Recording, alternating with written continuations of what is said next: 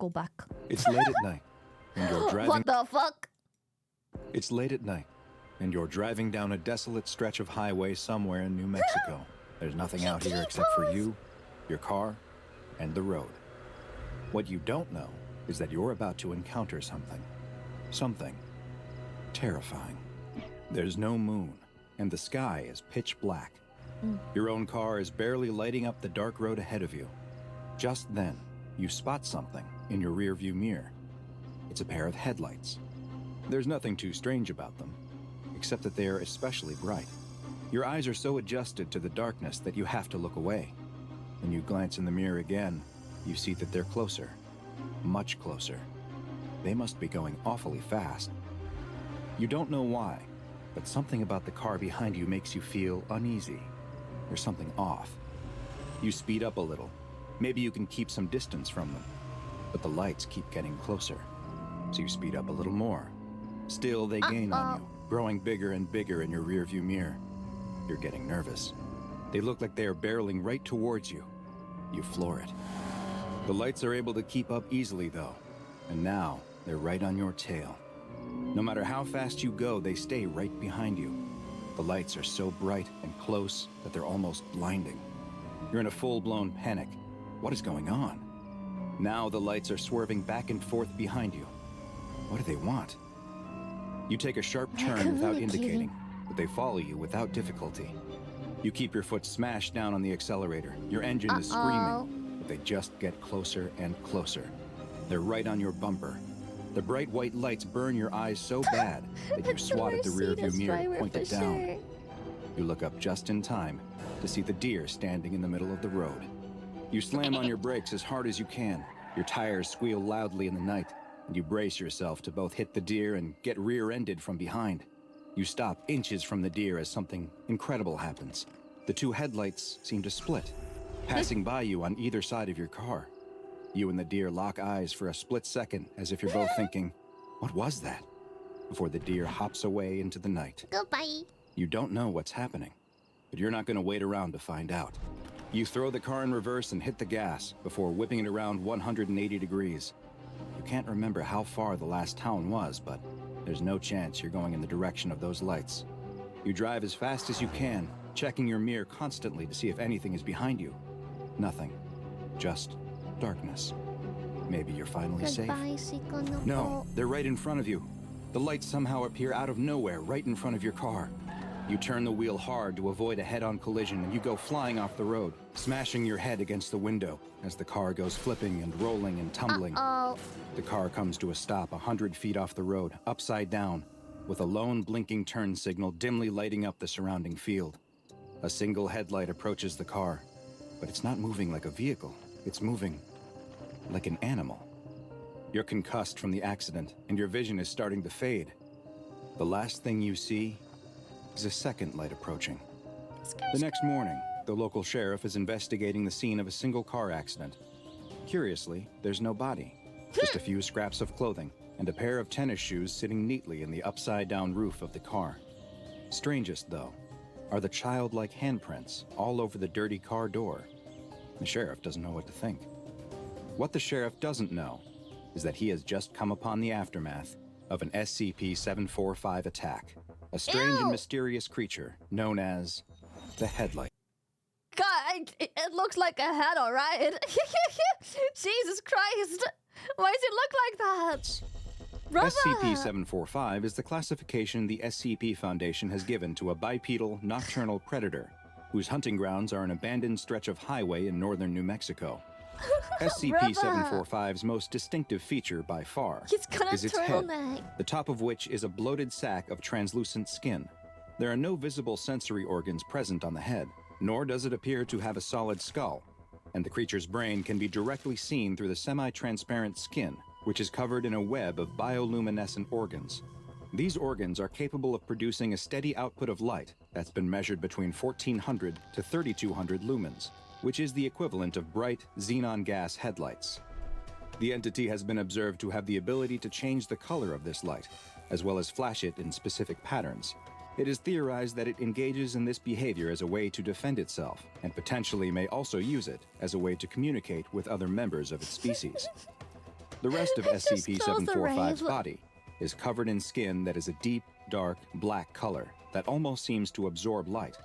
This quality, when paired with their blindingly bright head protrusion, gives the appearance of a floating point of light in the darkness.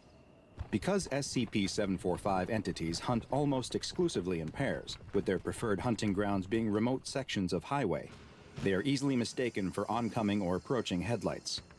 Two SCP-745 entities are able to move together in perfect synchronicity, running in tandem at speeds up to 180 kilometers per hour. Whoa. Together, they will target lone vehicles that they spot on the highway and will begin to chase Americans are or so run straight confused towards right them, now. giving the unlucky driver the impression that a fast-moving car is rapidly approaching them. After they near the targeted car, they will attempt to stop it by any means necessary, whether by simply forcing the driver to pull over out of fear or by running them off the road completely. Once their prey has stopped, crashed, or become otherwise incapacitated, the pair will stop moving together and approach the car separately to directly assault and then consume the vehicle's occupants. Nom, nom, nom. Next to no remains are left following an attack, save for a few scraps of clothing in the victim's shoes. Other than the damage sustained during the accident, there is never any other sign of struggle or forced entry, with the only other evidence left at the scene being the childlike handprints from SCP-745's small front paws. He has baby hands. Strangely, analysis of SCP-745's genetic structure has revealed that unlike humans, they are not a carbon-based life form, meaning it is unlikely then that they are able to derive any nutrition from the consuming of human flesh. It is theorized then that they may be hunting solely for sport or some other form of perverse enjoyment. This question remains unanswered, as currently there are no recorded observations of SCP-745 feeding in the wild, as successful attacks have never left any witnesses, and specimens captured by the SCP Foundation refuse to eat it all. No lairs, nests, or other refuge of SCP-745 has ever been found, nor has the Foundation located any breeding grounds or young examples of the entity. It's unknown how or if they reproduce, or when they may have first appeared. What is known is that they had established a wide hunting territory across the American Southwest until Foundation teams began a program to thin their numbers in the 1960s. The effort appears to have been successful so far, and all recent sightings of SCP-745 have been limited to a specific stretch of highway in northern New Mexico. SCP-745 has been classified as Euclid, and in order to limit potential exposure to civilians, the Foundation has purchased the land surrounding the highway, with traffic being redirected to other roads. Foundation security teams disguised as highway patrol officers are to remove any trespassers or lost travelers who accidentally find themselves on the dangerous stretch of highway. The security teams are also tasked with attempting to capture any instances of SCP-745 that they can, and any recovered creatures, live or dead, are to be loaded Why is into he Class hitting 3 the DCU poles? storage containers and transferred to Site-17 for further study. Containment procedures that are able to preserve living specimens are still being researched, and currently, no examples of SCP-745 have survived for more than a week in captivity. However, seeing as there have been no new sightings of SCP-745 outside of the isolated and monitored stretch of highway, and all reports of phantom lights elsewhere in the country have not pointed to evidence of additional SCP-745 outbreaks, they are considered to be effectively contained. Now go and watch another entry from the files of They made Dr. him Bob, extinct, and make sure you bro. subscribe and turn on Gotta notifications catch 'em all. so you don't miss a single announcement. They wiped them out. That's so sad. What the hecky? Good. No. They managed to do that job for once. What the hecky? What the hecky? Beep beep. Just a heads up, there have been new Pokemon ones you can watch if you are interested. The ones that you haven't watched yet are Lapras, Wailord, Lucario, Sandshrew, and Tell me if Ghastly. There's so many, holy shit! We can make a playlist soon of them, like we do with Daily Dose. Tell me if it starts to hurt, the dentist says before reaching into your mouth with a pair of orthodontic pliers and starting to pull your front teeth back into place. Evidently, your screams aren't enough of an indication of the extreme pain you feel because he doesn't stop pulling. After what feels like hours of What's excruciating a oral surgery, kilometer? you're As an finally standing American, I'm outside the confused, dentist's so office check. texting with a friend. Come on, show me. It can't be that bad, reads the message from your friend. You're nervous to send her a picture though, since you have a small crush on the girl and you don't want her to see you in this state. But after she asks you again, you decide to take a quick selfie and send it to her anyway. You snap a photo of your mangled mouth and jaw. The mess of wires had to be hastily applied to move your remaining crooked teeth back into place with blobs of fast-hardening epoxy, and the result looks like a low-budget horror movie prosthetic. You send the message and wait. You watch the dots appear that indicate she's writing a response, then watch as they disappear without a reply. You sadly slip the phone back into your pocket and begin walking away. As you make your way home with your head hung in shame, you keep your mouth shut tight. You don't want any passers-by to see what you've become. You decide to detour through the park to avoid any people as much as possible, and as you walk, you decide to stop at a picnic table next to a small pond. You sit at the table and watch the ducks mill about in the water. You have it so lucky, you think. Ducks never have to worry about their teeth getting knocked out by a baseball and leaving them looking like a monster. The ducks suddenly all start moving away from your side of the pond, eventually taking flight and leaving completely. You get the sense that they're trying to get away from something, and you turn around, but there's nothing behind you. Oh, it must be me, you think. But then you get the sense that there is something behind you, and turn again. Still though, there's nothing. It's just you, the picnic table, and the empty pond. You turn back to watch the still water. Picnic table and dogs, what could go wrong? There's Right, someone behind you, What and could turn go again. wrong? Hello? Is anyone there? I wonder. You ask, but no one answers. You turn back to the pond and you scream in fright at the thing standing before you and fall back off the picnic table. You get up out of the dirt and you don't wait to stick around to see who or what this thing is. You start to run as fast as you can, but you immediately hear it chasing after you. Instinctually, you take out your phone and start trying to take pictures of whatever it is that's behind you. You know no one will ever believe you, and you want some evidence of this thing. You manage to snap off a couple of pictures, but you can hear the creature gaining on you. You scream as your mouth begins to ache. Perhaps running this soon after your surgery is causing your damaged teeth to shift, and the pain is intense. It starts to feel like your mouth is full of jagged rocks, but you can feel that it is your teeth pushing out and stabbing into your mouth.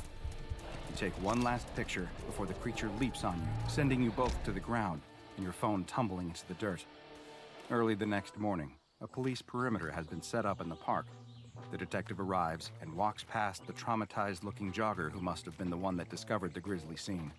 An officer guarding the site lifts up the police tape so the detective can enter the crime scene that surrounds a body lying under a white sheet. The detective asks the officer if they've found anything yet, and the officer hands the detective a plastic bag containing a dirty cell phone. The detective puts on a latex glove and removes the phone from the bag.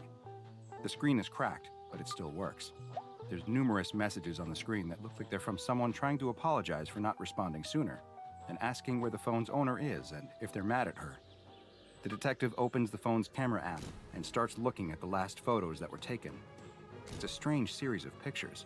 They seem to all be selfies that a young man was taking as he ran through the park. It almost appears as though there's a figure behind him, but it's hard to tell.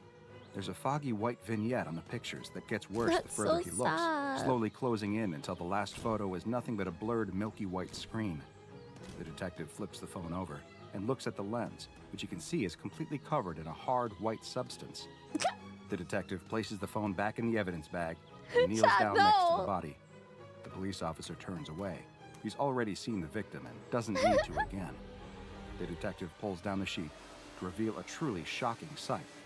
The boy's mouth is a mess of teeth, far, far too many teeth.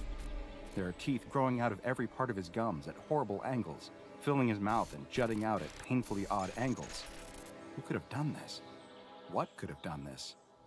The local police department may not have had any idea what the state of this victim meant, but the SCP Foundation did, because they had seen the same occurrence dozens of times before.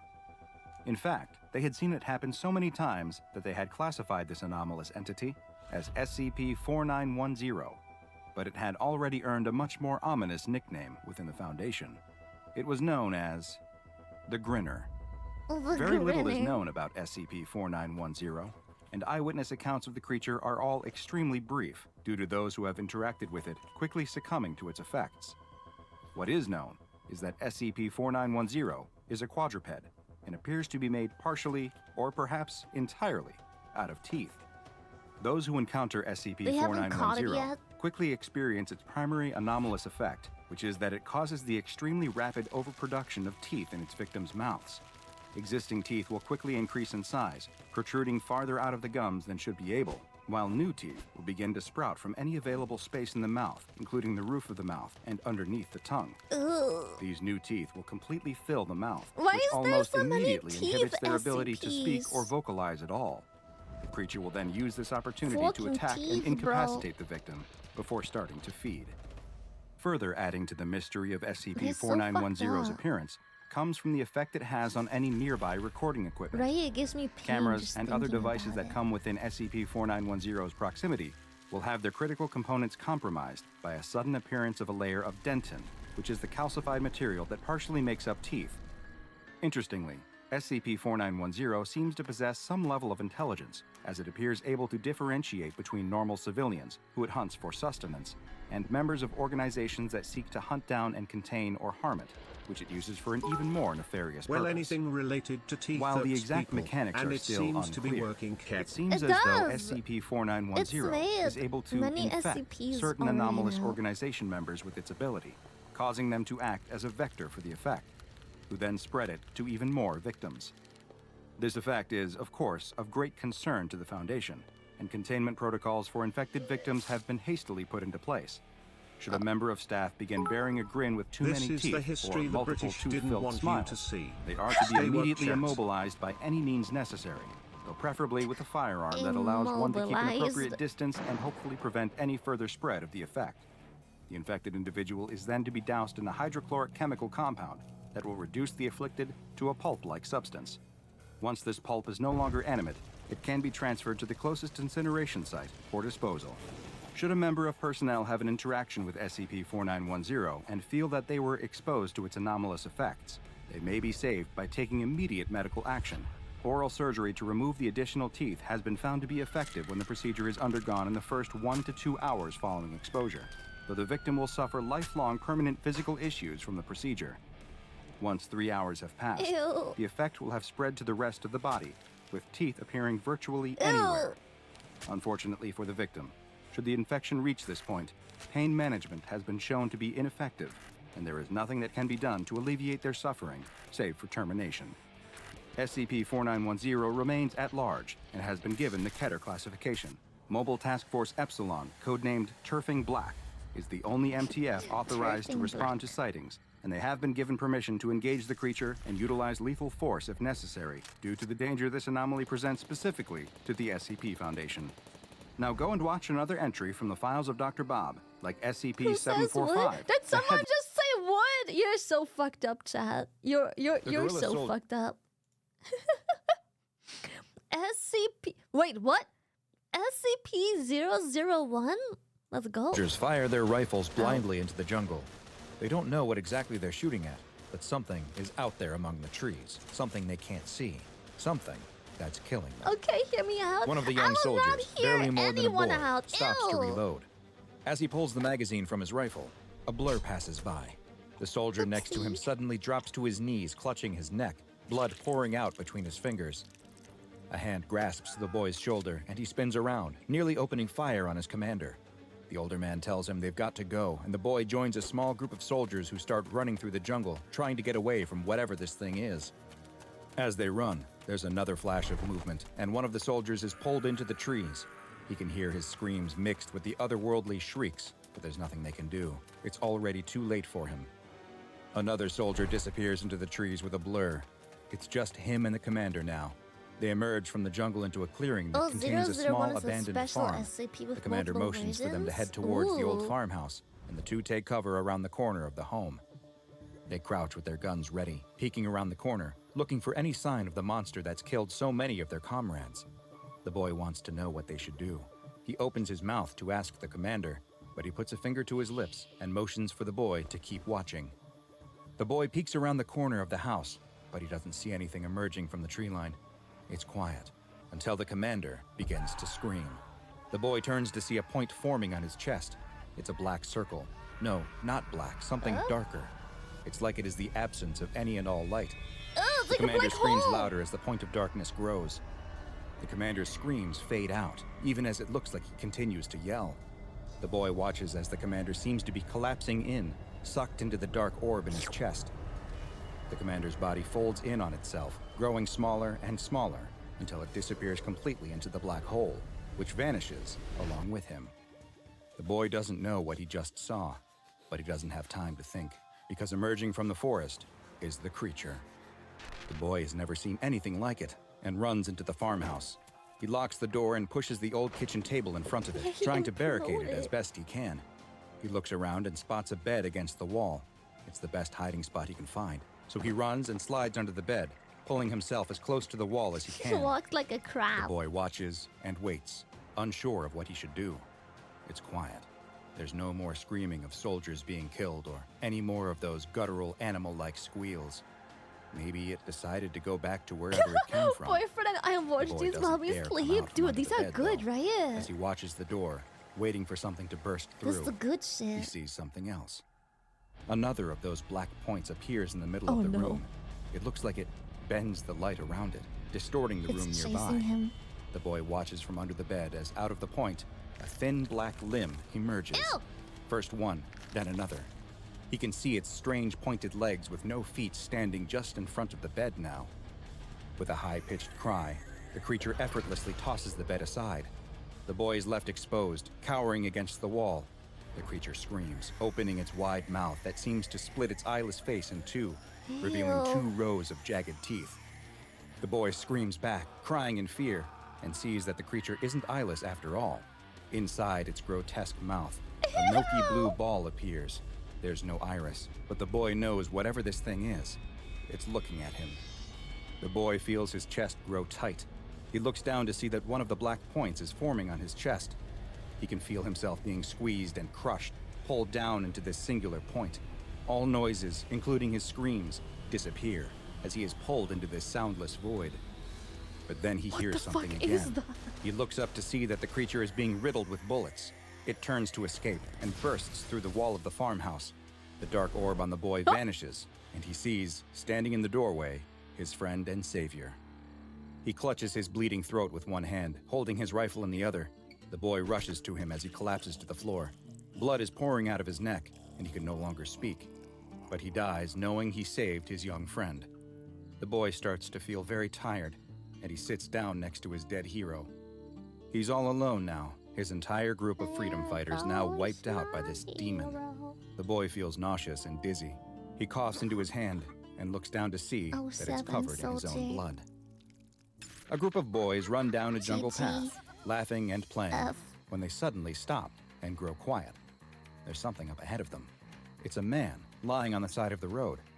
The boys look scared, unsure if they should check it out. But then the smallest of all of them emerges from the group Oh, sorry. and bravely marches up to the man.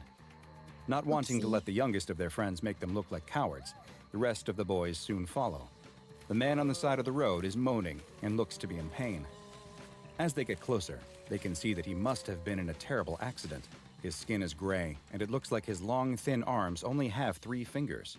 What should they do?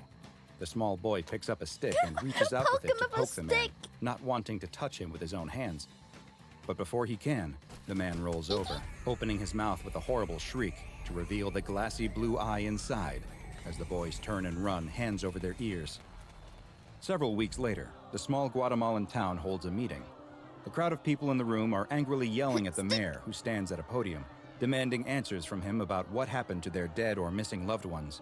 A series of photos are hung on the wall behind the mayor in remembrance of those who have disappeared into the forest or mysteriously died from a rapid illness, including the brave young boy.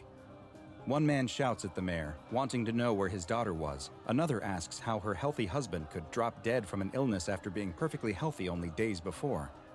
The mayor tries to I got calm the bad news frustrated with that life, townspeople, bro. telling them that he knows there have been rumors of a demon out in the forest, but that's all they are, rumors. The mayor warns them, though, that something is out there, though he doesn't know what. There is an animal or man that is making people sick. It may also be hunting people. Neither he nor the police know exactly what is going on. But there is good news. A group of men have come to help them. The mayor points towards a stern-looking man in a military uniform who Who is wants standing to with a take small bets group with of their other SCP soldiers and a personal? scientist off to the side of the stage. The mayor explains that this man, General Machoy, is from America, and that he's going to help them. The crowd doesn't cheer in the way that the mayor seems to have expected. but they at least stop their yelling as the general steps to the podium and thanks the mayor for the introduction. The general looks over the No crowd need who to are bet. waiting and hungry for answers about the monster that's suddenly begun plaguing their town. He tells them that it is true that he's been sent here by the US government in order to investigate what's been happening and stop whatever threat is out there in the jungle by any means necessary. He can't promise that he'll be able to bring back any of their missing loved ones, but he can at least prevent whatever this is from taking any more. He then gestures to the rest of his group and tells the crowd that the men he has brought with him have been specially trained to deal with this exact type of situation, and that they don't need to worry any longer. The only thing everyone needs to do is stay out of their way, and all will be taken care of. With that, he walks off the stage as the crowd erupts into more shouting. General Machoy stops at the scientists waiting next to the stage. "Well, Dr. Ketter, what do you think?" The scientist adjusts his glasses and answers, "This is what we've been preparing for. The Call Dr. General Ketter. Machoy stops at the scientists waiting next to the stage. "Well, Dr. Ketter, what do you think?" The scientist Dr. adjusts his Ketter. glasses and answers, "This is what we've been preparing for. The overseers kept telling us this day would come. It looks like it finally has." Suspicious. The group of soldiers led by General Machoy make their way through the dense forest. Dr. Ketter is just ahead of them, using a Geiger counter to follow the creature, the audible clicks of the radioactive entity telling him which way it came. They track the source of the radiation to a clearing in the jungle where a small village once stood. Most of the buildings are overgrown with plants and thick vines, but with it growing dark, this seems as safe a place as they will find to make their camp for the night. The soldiers fan out to search what's left of the town as Dr. Ketter continues looking around for where the radioactive trail might lead them next. As General Machoy is checking out one of the many dark old buildings, one of the older soldiers cries out, "Hey General, it looks like this generator still works." With the sound of an old diesel motor coming to life, lights in the village suddenly flicker on. They now have fortifications and light. Though he'd never admit it, General Machoy was feeling nervous about spending the night in the jungle.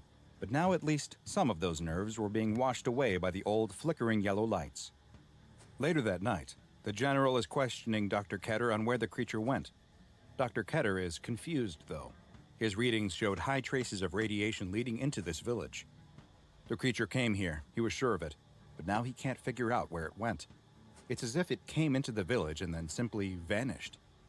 Outside, one of the soldiers on watch tells the rest of the group who are sitting around a fire to shut up, that he thinks he saw something in the woods. Shut up! Everyone immediately springs into action, taking defensive positions and aiming their rifles into the dark tree line. "There it is again," he says, as a flash of darkness moves just beyond the clearing. "No, it's over here," says another soldier on the opposite side. How could the creature be moving so fast around them? Are there multiple of whatever this is out there? The soldiers form a circle to make sure that the thing can't get behind them. What they can't see is the point of darkness forming behind all of their backs, and the thin, pointed legs stepping out of it. The general's radio comes to life. "I think we've got something out here, But his message is cut off by screams and the sound of gunfire. General Machoy tells Dr. Ketter to stay inside and runs out of the building, where he finally gets a glimpse of the demon that they've been tracking. The tall, thin creature is massacring his squad. It dashes between them at an inhuman speed, using its three-fingered hands to rip the limbs off of some soldiers and slash at others with its razor-sharp claws, opening up their necks or disemboweling them before moving on to the black next. hole. The general fires his rifle at the creature and misses, but it's enough to get it to retreat. General Machoy runs back inside the building where Dr. Ketter is waiting. "What was it? What did you see out there?" The general doesn't know how to begin describing the monster that just killed all of his men. It's like nothing he's ever seen before, and something that no amount of training could prepare him for. As the two men ponder what to do next, the Geiger counter on the table suddenly starts to click, softly at first, but then more and more, as if a huge amount of radiation has suddenly flooded the room. The general grabs the doctor and drags him out, leaping out of the building just before it collapses in on itself, disappearing into the micro-singularity that formed inside. The two men look up to What see it does the standing right in SCP front of them, do? its huge mouth open to reveal its glassy blue eye.